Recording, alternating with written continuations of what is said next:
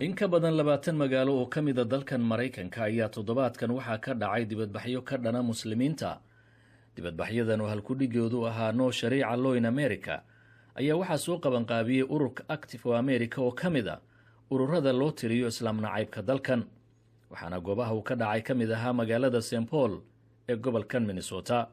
muslimiinta gobolkan ayaa kororka nacaybka iyo dibadbaxyadan walaac ka muujiyey. waxaana Sheekh Cabdisalaan Shariif oo ka mid ah maamulka xarunta islaamka ee Daarul Hijra uu sheegay inaanay jirin meel laga hirgeliyey shareecada islaamka oo Mareykanka ka mid ah, balse ay tallaabooyinkani salka ku hayaan midabta koor. waxaad moodaa waayahan dambe dadkii cadaanka waxay dareemayaan in laga soo tiro badanayo oo qowmiyaadkii kale ayaa kasii badanaya. marka xaggii waxaad moodaa awoodii wadanka iyo hogaamintii u barteen baad moodaa inay ka yara walwalsan yihiin. marka ama dhaqaalihii in lagala wareegayo. marka waxa arrimahaas salka ku haysa oo cunsurinimo iyo midabta koor iyo arrimahaas salka ku haysa. ma aha wax run ah oo ay muslimiintu handadaad ama ay la yimaadeen oo muuqda ma jiraan.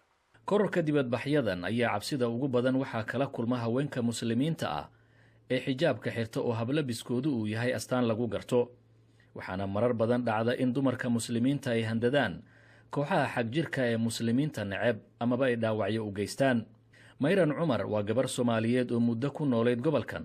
dibadbaxyadan soo badanaya ee muslimiinta ka dhanka ahina waxay ku beereen walwal gooniya iyo xasuus aanay jeclaysan oo ah weerar hadda ka hor loo geystay oo dhaawacna uu ka soo gaaray. weliba iyadoo la leeyahay waxaa tahay argagixiso dalkeenna ka tag. xijaabka waxaan ku xirtaa bin gabdhuhu ku xirtaan muslimiinta ah. jiditaanka jiday binki halkaas iga galay. anaha naftayda qatar bay gashay. mararka qaarkood markaan xasuusto ilin ay soo istaagtay because way xanuun badnayd. waan ashahatay gudahan ka ashahatay. haddana ilaahay baa badbaadiyay. Mayran xilli kasta oo ay wadada marayso ama ay gurigeeda galayso waa ay foojigan tahay. cabsidanina waa mid ay la wadaagaan hablo badan oo muslima oo qaarkood ay qaadeen tallaabooyin baqdintu ay gundhig u tahay. waxaa jirto kala gabdho iska dhigay xijaabadii ma aha inay yihiin dad xun bal cabsida ninba sibay ku beertaa. cabsidoodii waxay tusisay inay maaragtay xijaabadii iska dhigaan. marka kolay cabsi weyn baan ka qabnaa oo xoog leh. cabsidu kuma koobna dumarka oo keli ah ee waa mid ay wadaagaan gabi ahaanba muslimiinta ku dhaqan dalkan Mareykanka. haddaba maxaa la gudboon muslimiinta? tallaabo noocee ah ayaase loo baahan yahay inay qaadaan si looga hortago walaacan soo badanaya? sida ugu wanaagsan oo looga hortagi karo marka horeysa waa in wanaaga islaamka la muujiyo.